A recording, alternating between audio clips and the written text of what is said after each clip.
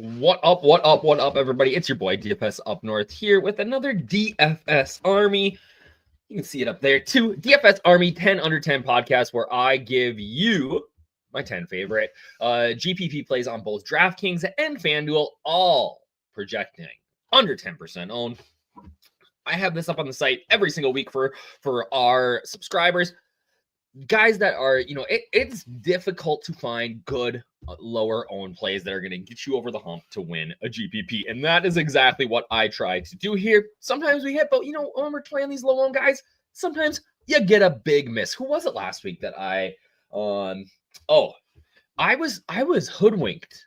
I was hoodwinked by Desmond Ridder. I was hoodwinked. I firmly believe that I was hoodwinked by Desmond Ridder last week. I thought he looked great against the Vikings and then went out against the Panthers and got absolutely crushed. Whereas the Panthers looked like legit NFL team. Bryce Young, he's not listed here this week in the 10 under 10. I'll get that out of the way up front, but he has potential, especially against a pass funnel defense like the New England Patriots. Guys, there is a chance here that Bryce Young could be a GPP winning quarterback for you this week. But that is like I would put that in like the 1 under 1% type of play. So, that's what we do here. We give you guys my favorite plays on each site. Like I said, a couple quarterbacks, a couple running backs, a couple wide receivers, a tight end, maybe a defense. We get it all for you here. And I try to do it fairly quickly. You might hear me talking too fast with my big, thick Minnesota accent. But we do our best here to get you in and out. And if you are not a DFS Army VIP, use that code right down there. Where is my finger? There we go. Right down there. DFS Army gives you 10% off any VIP subscription. You can click the link in the description here as well. That will bring you there. We've got a bunch of different offers. You want to do props, you want to do the core four, whatever you want to do. We have it for you. I am a golf guy here, so we've been just watching the Ryder Cup all day. But now it is time to turn our attention to the main slate. Before the main slate, my Vikings playing against the Steelers in Dublin, looking for that big dub. Did create a cheat sheet for that already for you guys. So if you are a DFS Army VIP, you can see that. So let's talk about quarterbacks here. Two quarterbacks that I think are actually fairly similar in the way that they play. And for me this week, those two quarterbacks are Lamar Jackson and Drake May. All right. Why is this not showing up here? Sorry. But yeah, Lamar Jackson and Drake May. I got to get this to show on the screen a little bit better here. But let me talk about it first. They're two different price points, obviously two different potential, potential. They have potential. What's the word I'm looking for here? They have a potential to, have a big day. There we go. Now we're making it a little bit smaller here. And I really like both of them. All right, I really do. I think that Lamar Jackson against Kansas City is just like, I don't know what we're doing. I'm confused by the ownership. 4.25%. Like I double checked. I asked our guy who figures out the ownership for us, like, is this right? Is this really what we're talking about for Lamar Jackson this week against the Chiefs? 48-point game total, 25 team total. And he said, yeah, people are just not on Lamar here. Look at Lamar is putting up massive scores at the QB position. I get that he's pricey. I get it, but he is putting up massive scores and he's not running the ball. All right. Like, this makes no sense to me. Like, if Lamar starts to take off and gets a couple of these tutties, watch out. Like, watch out. Like, he has 40 burger written all over him here against the Chiefs. A big matchup, 48-point total. I think this thing goes over. I think that Lamar has a massive day. We are projecting him at 3 points right now. Like I said, he has 40 burger upside here. So I love Lamar. Like, he is core play for me this week, all over that. Next guy on the list, I said Lamar Light. All right. Drake May he's not the runner. He's not the runner that Lamar is, but he's sneaky good. All right. He is rushing it a ton right now. Multiple designed runs, and then getting out there and scrambling. You get the sort of upside of a Lamar type play with Drake May at 5,500, right? $2,000 less. Against the Panthers, like smash. The question with May, and let me go back and talk about this with Lamar too, is who do we pair him with? For me, I like Hunter Henry. We're going to talk about him in a little bit here. There's just so many other guys in this offense for May that I'm not convinced you need to really dial in on one. I like Keyshawn Boot. We talked about that before. I think Stephon Diggs could potentially have a big game at some point. There's other options, but for me, Hunter Henry, big red zone target. I love a cheap play on both sites. Love him there. With Lamar Jackson, Zay Flowers only getting 3 targets last week after having 10 essentially per in game 1 and game 2 together. We're going to see that go up. I think we get close to double-digit targets for Zay Flowers again here against the Chiefs, and he is my favorite option there. You could go with Mark Andrews, but it feels a little chasey, all right, especially with Isaiah Likely back this week. So, again, another reason to just play Lamar because Isaiah Likely is back this week. So, we love Lamar. We love Drake May. They're both projecting for actually under 5% owned. Super high totals on the slate. Love both those guys. Moving down to running backs, we got Alvin Kamara and Travis Etienne Jr. 2 very different plays. I think the Saints are better than we give them credit for. I'm just going to say it. I get the team total at 16. Probably doesn't imply that. But I do think that Spencer Rattler and the Saints are better than we give them credit for. And I think Buffalo is worse in terms of their defense than we think. All right. They struggled against the rush this year, particularly pass catching RBs. We've seen guys like Breece Hall have big days. I think that the Saints, obviously Derrick Henry went for 1 million yards. Alvin Kamara is not Derrick Henry. I get that. But we're going to see Alvin Kamara get a ton of usage here. And I think they're going to start to increase his pass game usage, which is why I think he's a great DraftKings play, currently at 7.6% ownership. He's a nice discount off the top guys, kind of in that dead zone, right? We tend to, especially on DraftKings, we see the higher price guys and the lower, like the 5Ks, like really get the ownership, in that middle dead zone is where I think we can win GPPs. So 18 and 21 carries the last 2 games, which is nice. Obviously, I think that if they're going to be successful, they're going to have to use Kamara here. Olave getting the target share, getting the ownership. I think that we see, we kind of get a little bit of correlated leverage with Kamara here. Big time spot for him. The floor is not always great if he only gets 2.6 yards per carry or whatever he had a couple of weeks ago, but yeah, I do like Kamara. I think that the upside, right, what we're looking for here with these low owned guys is guys who have the 25-30 point upside when things are clicking, and we know Kamara can still be that guy. All right, Travis Etienne, ton of volume. The vulture is there, right? We've seen it with Bayshal Tootin, with Allen or whatever his name is, whoever the third string guy is, right? And I think he's a good pivot off the chalk. He is in that bottom chalk range, right? I said 5,800 there, kind of in that bottom chalk range. He's still maybe considered dead zone this week, but a good pivot up. Some really high owned guys around him. We get DBP 30, right? San Francisco, not great. 4.4% ownership. Team totals 22. So this is a little bit closer game, right? We're projecting him for about 13 points. I think that, even though the vulture is there, if he doesn't get vultured, Etienne's got a massive score incoming at some point here. So gonna continue to ride him. We've written him up here multiple times. And I think that he's going to continue to be a good play. Moving on to the DraftKings wide receivers that I like. We talked a little bit about Zay Flowers. Love him this week. He was a bum last week. He just really didn't get the usage. The targets are going to go back up here. We're going to see him in that 8, 9, 10 range. The regression to the mean is big. And if that happens, the value here in this game that's going to pop off is huge. Love Zay Flowers. Love Deebo Samuel, even though we get word today that it's Jaden Daniels is going to be out. We're going to see Mariota again. But Terry McLaurin's out. All right. So, Deebo is going to be one of the guys here. All right. And he's going to have to really step up. We could see this ownership just with the injury news. I think that Jaden Daniels is going to knock it down.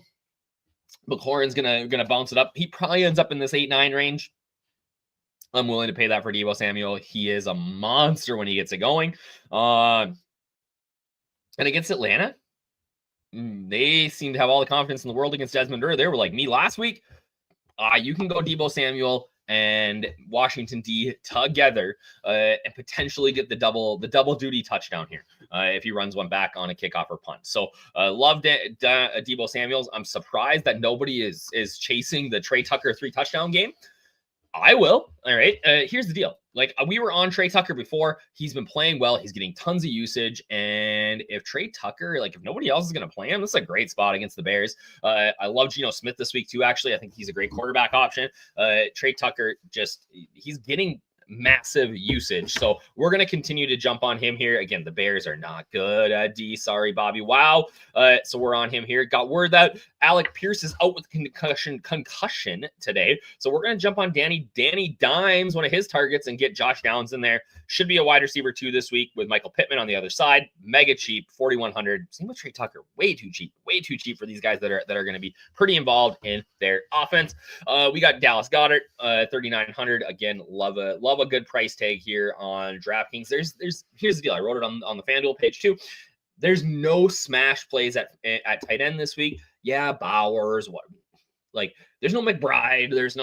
You got Kelsey, I guess, but there's no smash play. So I'm paying down, right? Tyler Warren, sure. But I'm paying down. I think Goddard has similar upside to those guys in this offense.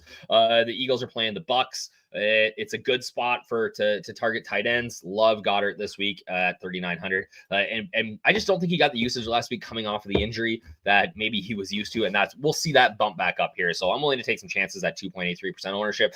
Then the Chargers against the Giants, baby. Let's go. I know Jackson Dart looked good in the preseason. Nope. No, thank you. I will be smashing the Chargers defense in all formats. 3,300. So we're paying up a little bit, but a rookie quarterback in New York, lots of scrutiny, lots of pressure. Malik Neighbors dinged up, right? This is a smash spot for the Chargers D. I get it. It's on the road, but they are a favorite. So again, I don't like to play underdog defenses when I can. So yeah, love them here. And I talked about it a little bit above there. I love the Washington Commanders defense as well. Oh, right. I said I like Geno Smith this week, and here we are. We are switching gears now. FanDuel, people. Geno Smith, home favorite. Should be a potentially tight game, right? We're seeing the ownership climb a little bit here. But the Bears have been torched by the pass all season. He's been good. Tough outing against a good Chargers defense at home, but in his games against Washington and New England, he looks strong. Connected with Trey Tucker for 3 TDs. He's got Brock Bowers. He's got Jacoby Myers. The Bears gave up 1 million passes to Jake Ferguson last week, so we could see Bowers have a bunch of, on FanDuel here, half PPR points. So if you want to go that way, if you want to go Trey Tucker, Jacoby Myers, I do like taking 2 with Geno here. Even though we saw the 3 touchdown passes to 1 guy last week, I do like 2 wide receivers with Geno this week against the Bears. The run back is like a DJ Moore, Rome Odunze. Even if DeAndre Swift isn't the worst play in the world. Stafford, I do like the Rams here this week against the Colts. I think this has sneaky shootout potential. 49-point total, so one of the highest on the slate. Puka Nacua is going to be massive chalk. Devontae Adams, despite being injured, should play. Going to carry some ownership too. So if these guys are both carrying big ownership, why are we not playing the quarterback, right? Love Stafford. I think the issue with this Rams offense has been stalling in the red zone, right? Stalling when they get on the other half of the field and plus territory. If they can figure that out, they're going to have a big score in a game. And we saw, last week they got off to a really hot start against the Eagles, kind of peed it down their leg as it went on. JT run back is my favorite play here, or I guess a Josh Downs, Tyler Warren, not bad, but I do love JT. Going to be the chalk running back. We love chalk running backs. They typically perform unless they're bad chalk. I don't think JT is bad chalk this week against the Rams. So Stafford, good play this week at quarterback, under 10% owned. Running back though, running back on FanDuel is hard. Running back on FanDuel is exponentially harder than DraftKings because we don't get the full point PPR. We can't play those sort of secondary running backs because the volume isn't there. So you got to take some chances if you're trying to get unique in your running back spot. One guy that I'm willing to do that on this week is Nick Chubb. I think that he's got 4.2 yards per carry, been really, really strong. The Woody Marks emergence is concerning, but he's still the number 1 here. And at this price, if he just performs sort of how he's been, he can absolutely be in the nuts. So I do like Nick Chubb. I think that the game against the Titans, they could lean the run. It's going to be fairly slow. 38-point total, obviously not great, but they are favorites here. Apparently there's some rumors about stuff going on with CJ Stroud. Don't know what that is. Diana Rossini was saying that today, although she's not the most reliable source. We've got an opportunity here with Chubb. I don't know what is going on with my screen. We are going back to the Vikings and who else? The Vikings and the Steelers. That's who it is. Where's my sheet? There we go. Back to the FanDuel sheet. The other guy I like is Ramondre Stevenson. All right. The Mr. Fumbleitis. Vrabel said there will be no punishment. everybody's going to jump on Travion Henderson. I get it. Stevenson could be the guy here. And if Stevenson is the guy here in this good matchup against the Panthers, we could see him smash. All right. At mega low ownership, I really think that he could be a sneaky GPP play. It's a deep GPP play only, but definitely one that we like. Wide receivers. I really like the wide receiver setup on FanDuel this week. We've got Xavier Worthy, Keenan Allen, DJ Moore, and Chris Godwin Jr. coming off injury. Xavier Worthy makes his return this week. I think this is going to be the game of the week between the Chiefs and the Ravens. Worthy automatically makes this offense like 10 times better. It's crazy how much better this offense is going to be with Worthy in the mix. They have a legitimate number one here, huge ceiling, and the Ravens have struggled against the pass this year. Keenan Allen has really dug into Ladd McConkey's role and his usage. We're seeing him get touchdown every game. He's getting tons of targets. He is Justin Herbert's favorite play against the Giants on the road, sure, but Keenan Allen, as long as he stays healthy and doesn't get hurt, I think smashes value this week. Everyone's going to play Rome Odunze. I love Odunze. We talked about him here when he smashed. We had him as a 10 under 10 play. I think that the pivot here is obviously going to be DJ Moore. He's just due. Like, he is a good player. It's not like DJ Moore got bad. He's getting some usage, but everybody seems forgetting that DJ Moore is like a legit NFL number one. 4.93% owned. Smash spot against the Raiders. Love him as everybody else plays Odunze. And if Moore has a good game, what's going to happen to that Odunze chalk? It's going to fail. All right. And the last guy, Chris Godwin Jr., off an injury, has had full practices. He's going to be the guy here. Mike Evans is hurt. Everybody is jumping on Emeka Egbuka. Fine. I'll take the crafty vet. Against a decent Philly defense, especially because of how the Bucs have used Godwin as a possession type receiver close to the line of scrimmage. We can see him get massive volume here. Talked a little bit about Hunter Henry. This is a smash spot against Carolina. One of the worst in the league at covering the tight ends. We're just going to continue to ride him. Big red zone threat. There's no slam dunk tight end plays, like I said. Henry just makes tons of sense here. All right. And then finally, I just talked about, the Bucs being a good play, but we got to remember they have lots of offensive line injuries throughout their lineup, playing the Eagles. I think that I get that they're at home, but this Eagles defense can turn the ball over. We saw the special teams play from the Eagles last week.